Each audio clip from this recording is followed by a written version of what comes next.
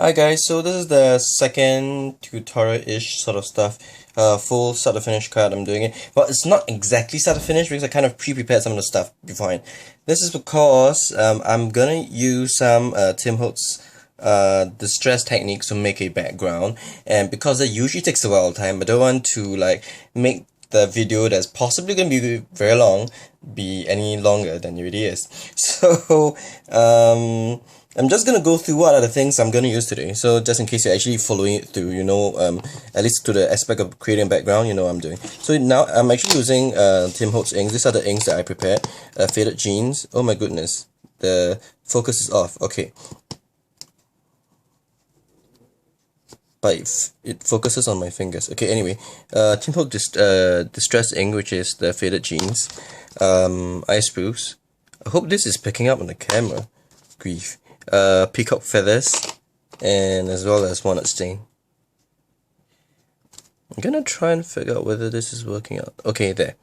So distress inks. Okay, so these are it. Wow, it's much better now. Okay, so because I'm gonna do a lot of techniques, I'm probably not gonna go through every single step that I'm doing. But I'll be focusing more on how the techniques create the background and the effect that I want. So I have it all in my head. It could all turn out like crap. I hope it doesn't. So first I'm going to use peacock feathers distress ink. This is one of my new favorite colors because I really like that whole it's almost like this darkish greenish blue, which I really like.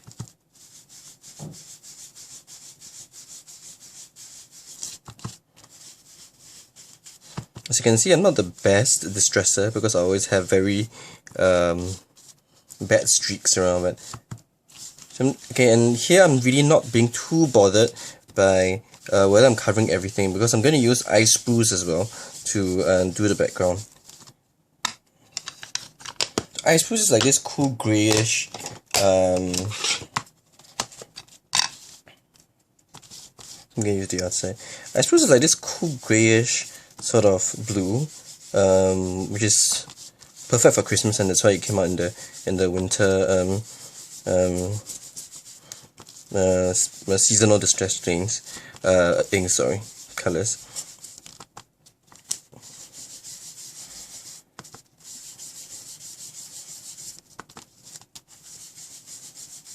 As you can see, I'm not the best of distresses. I leave really bad streaks behind, probably because I don't know how to control the thingy as well, but oh well. Okay, so this is our kind of roughly how our background is gonna look like. Now I'm gonna stamp a background of it as well. Actually, you know what? I'm just gonna go in with more peacock feathers because I kind of want like a more intense blue at the background as well.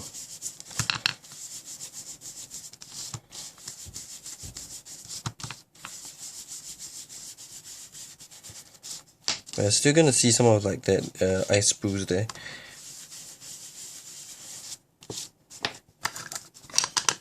Okay, so what's my next step? Okay, so here I'm going to do like a kind of like a rough background. So here I'm having some houndstooth background stamp. This is from Stamper's Best. Or now they call themselves deeply red edge stamp or something. Deep red stamp. So actually, I think they were kind of like doing the same thing, just market differently in like different places. I think they are going retail as well. So I'm just going to use my hand to like print the image over because I'm really not too particular where it goes. I kind of want to create this like somewhat distressed looking houndstooth pattern. Yep, and there you have it, the pattern. Okay, and because I'm going to do some embossing and I want to make sure that there isn't like any like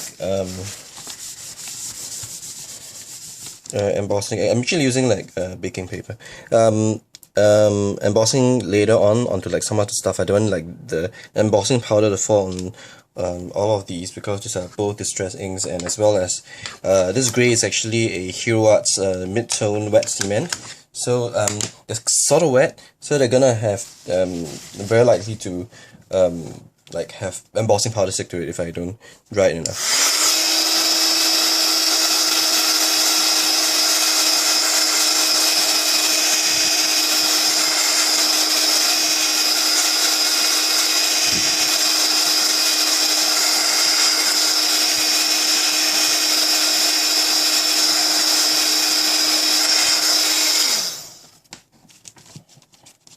Okay, I'm preparing for warping. So, oh yeah, I forgot to say that the backing that I'm working on is actually manila cardstock, and it measures about 3¼ by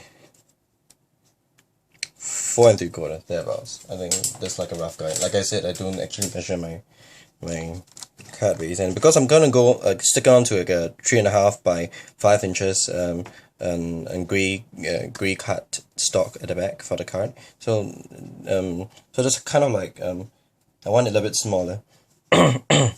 So okay, the next step in the thing is I'm gonna use faded jeans to stamp up these three what do you call that, snowflakes. It is important that the ink pad that you're using for this particular technique is wet, because you actually need and distress stains, so after a long while they sort of tend to dry if you like don't use them in like a long while, or you use them very often.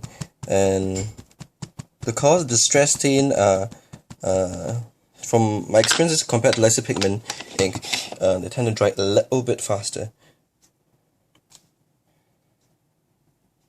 So if you're going to use them for embossing, you need to make sure that they're quite wet. Okay, now I pre-position the stamps so that they can kind of like go like where I want them to go. Okay, I'm going to use embossing glue.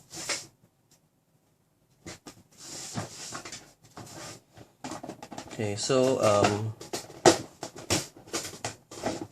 okay, the term that I was looking for was actually embossing powder sticky by Tim. Was it by Tim Holtz? I think it's by Ranger, and it's a very good way of getting like glitter fragments and stuff to go onto it.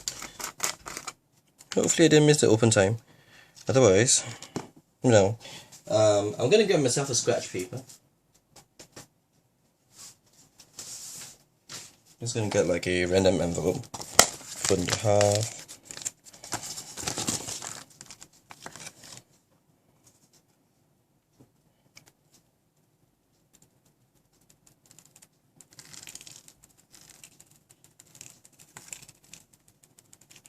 As you can see, there's some bits that kind of solidify, and I realize this actually happens very often with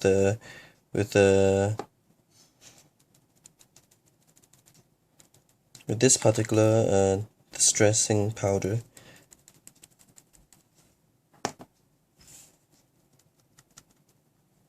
Okay, as you can see, some of the powder gone to like the houndstooth pattern. I'm just gonna get myself a brush to brush it out.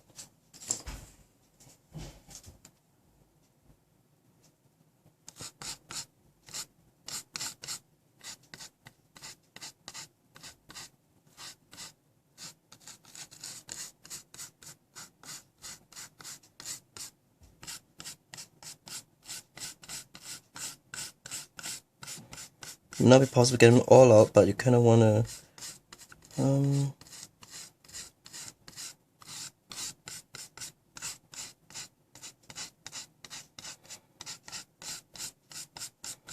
again, the technique I'm doing is going to create like a rather subtle but because of the background that I used, it will have quite a drastic look. And though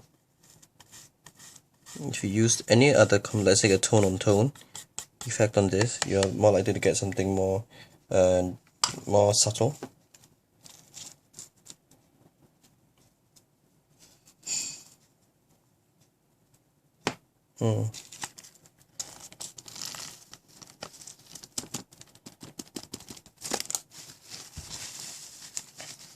R. I'm trying to get that in to my bowl there.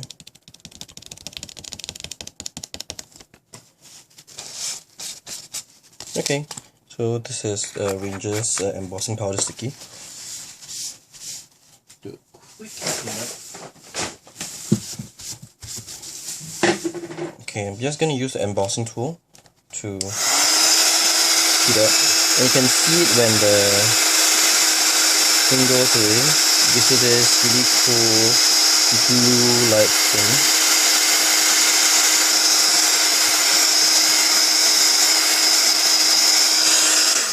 Okay, and during this short window that it is still sticky, I'm gonna take some glitter. Now I'll probably explain where I got this glitter from, or how I got them. I'm gonna use this red color glitter.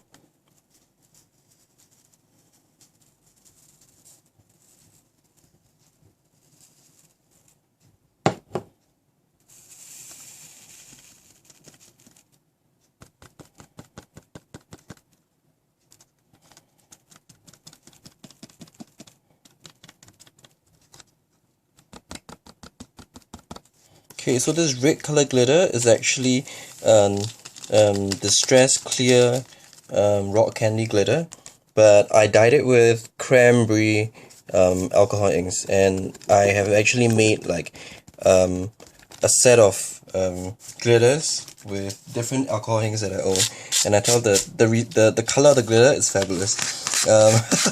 So if you kind of like want a variety of glitters and quality glitters, but you don't have all the money to buy like every single let's say distressed glitter, what you can do is you can create your own colors by getting the rock candy glitter and then mixing alcohol inks into it.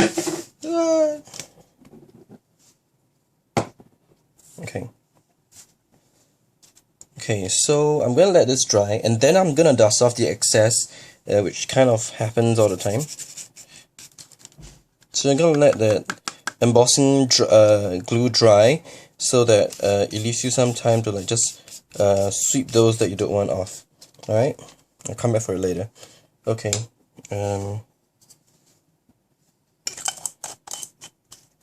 Okay, so the next step, what I'm gonna do, I'm just gonna like clear this up. There's some glitter on it. Okay, hopefully the video doesn't go beyond 20 minutes. Okay, the next step I want to do, so here I actually got some sequin waste, and I'm gonna do some alcohol inks altering to the color of this, as well as to a simple office clip that I got from my office supply store. Okay, and this is also something I learned from Creative Chemistry 102 from Tim Holtz. Okay, so what you want to do, okay, I already have my distress, the felt pad on my ink already.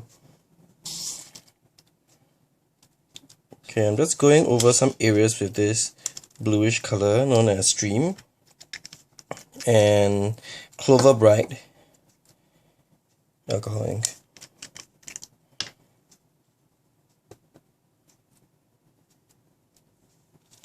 I'm gonna put this aside, it's okay. Okay, and you kind of want to like first go over some of the colors with it.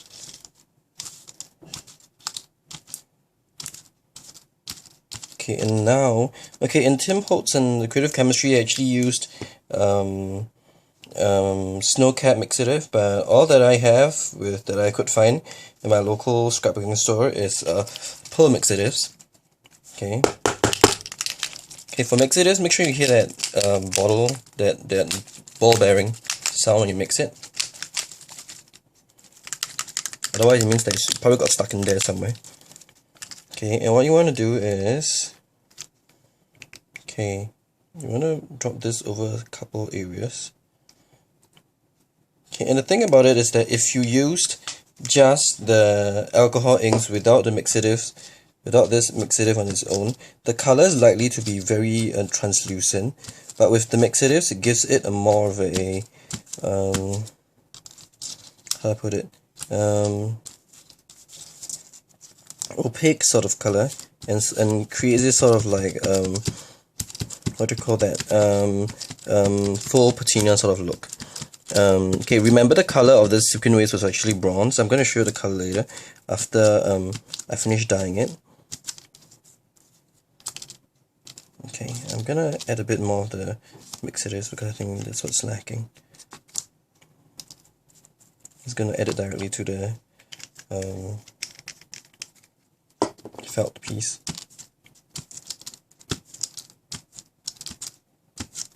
And the mixers are going to force the colors to mix together.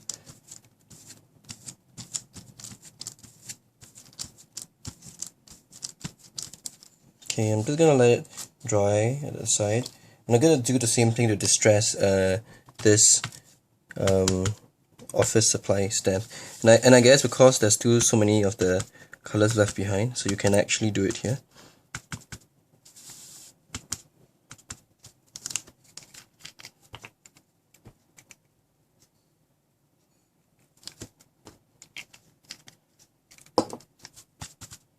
And this sort to give it like a full patina look.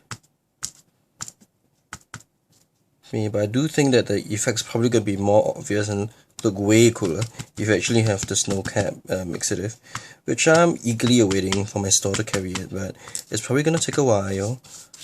So I'm still going to have like mostly like a partial translucent sort of look, as opposed to what Tim has achieved with snow cap.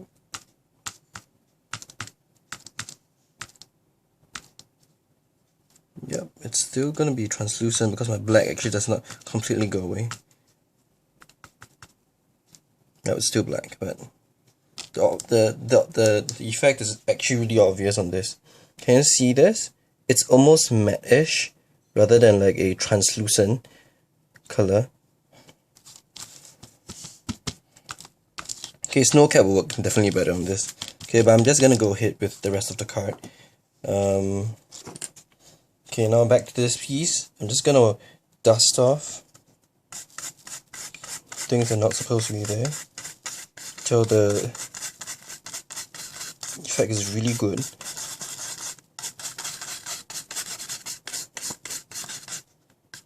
And you see it's really cool. You're not going to get like a fantastic like 100% sort of detail, but it gives you like a really cool. You want to be slightly gentle with it. You don't want to be like rubbing it too much, but you're gonna have like a really cool effect. Just simply dusting off the places where the glitter shouldn't be. Look at that. This is really cool. Okay, so I'm gonna throw this entire piece away. So since it is baking paper, I have like years and years supply of it. So I'm not gonna bother about this. I'm gonna throw it away, revealing my also wonderful cut backing. Okay, before I go on to do anything else with this, I'm gonna go and do some like ticket cornering. So this corner punch is from I think EK Tools, and this is one of the most brilliant corner punch ever created, and it's probably one of the cheaper punches that they have. I have no idea why no one ever came up with this, but this is brilliant. Yeah, you can come up with any size tickets with this, right? So I no longer need to buy dies. I just need to cut things into squares and rectangles and then punch the corners, and I get something like ticket-ish looking. I'm gonna use walnut stain to kind of define the edges around it, but just a really light one.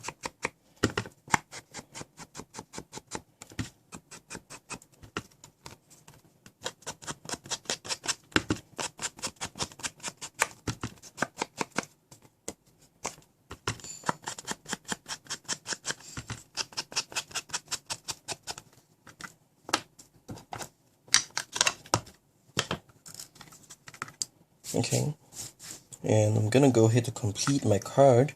Okay, so what I want to do is I want to overlay this sequin waist thing at a particular angle, okay, around here. Okay, and then, okay, to do that, I'm gonna use some glossy accents.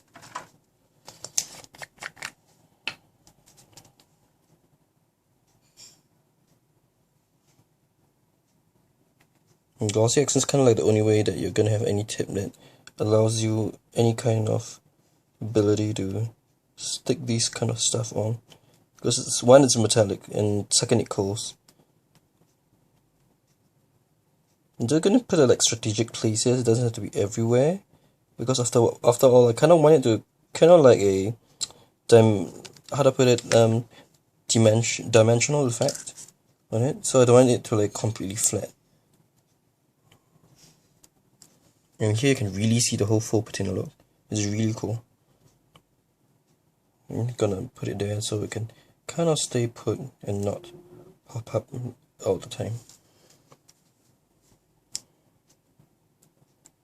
I'm not too worried about like the glossy accent spilling over in some areas, because I'm gonna cover those areas anyway.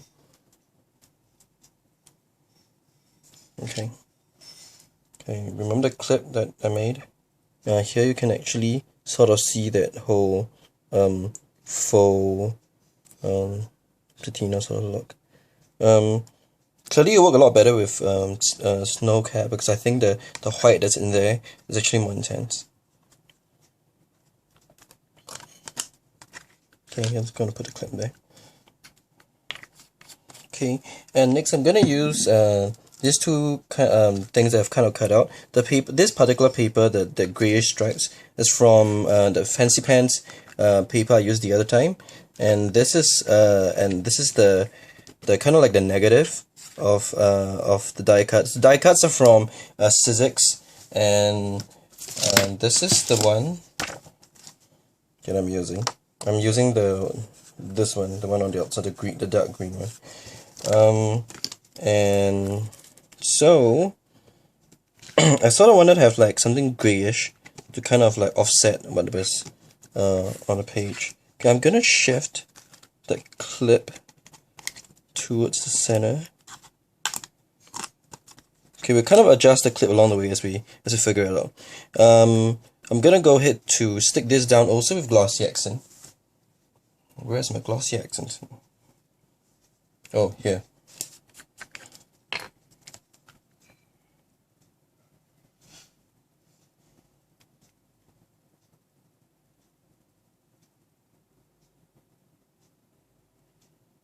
And this is why I kind of prepared this beforehand. It's already running into the 23rd minute for a simple card. It kind of looks what I wanted it to look like, so I'm kind of glad. Okay, I'm gonna put it like right around like here.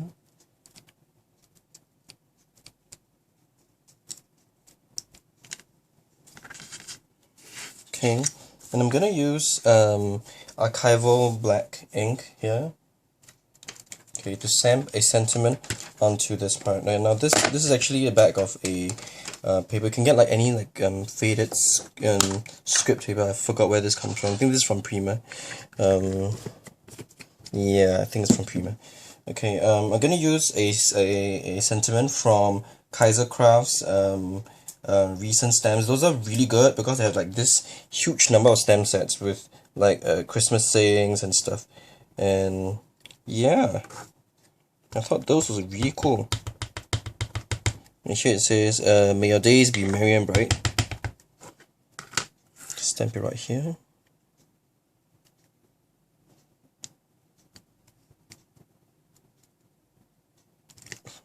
Yep, sort of center. To define it a little bit more, I'm gonna apply distress inks to the corner around it.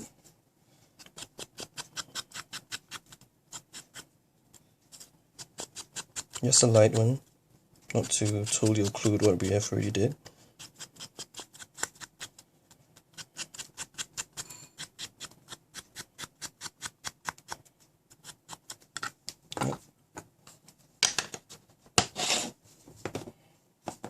Okay, and with dimensionals, I'm gonna attach this to like the front of the frame. So as you can see, actually the sequin width is gonna be like kind of peeking out through the corner. It's not gonna be actually like a big part of it. But kind of intended to be that way.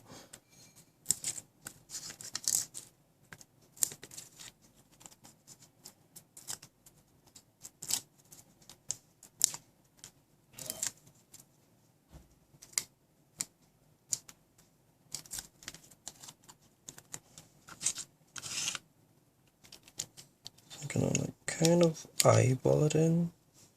Where am I to go? Okay, cool. Okay, I'm gonna get some more cool twine. Same twine as the one that I used on my previous tutorial and previous card. Scissors. Oh, okay. Same twine that I used the last time. And so I'm just gonna do like some twine around here.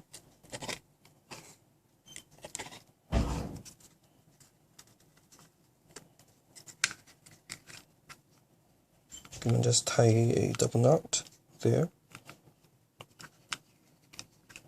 I'm not gonna do like a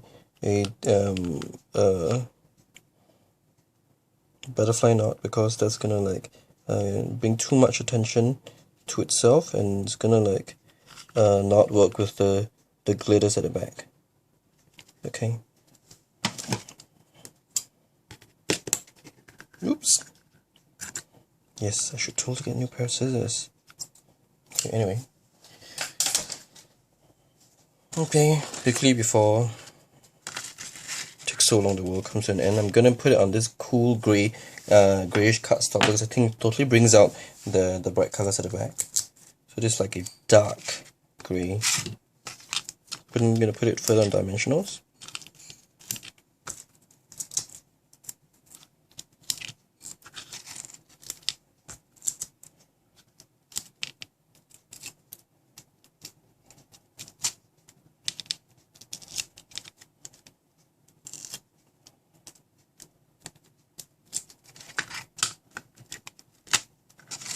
Okay, I'm gonna put it here before I show the card to you guys.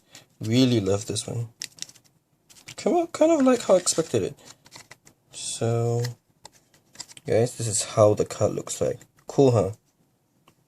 So you have the cool glittery thing from, and then with like kind of like, because the glitter always doesn't cover every single aspect, you're gonna have to see that blue, get to see that blue detail of the stamp across. Looks really cool, and get that cool distress sequin waist at the back. And this is kind of picking up the white is really coming through, so it's really being distressed, so it looks really cool. So that's the card for today. Yeah, this is a little longer than how I expected it. A little like stretches like 10 minutes, much more than I expected. But hope you guys enjoyed this one. I'm gonna rearrange this. Anal. Okay, yep. Hope you guys enjoyed this one, and I'll catch you guys for the next one. Let me know what you guys think about this card. All right, catch you guys next time. Bye.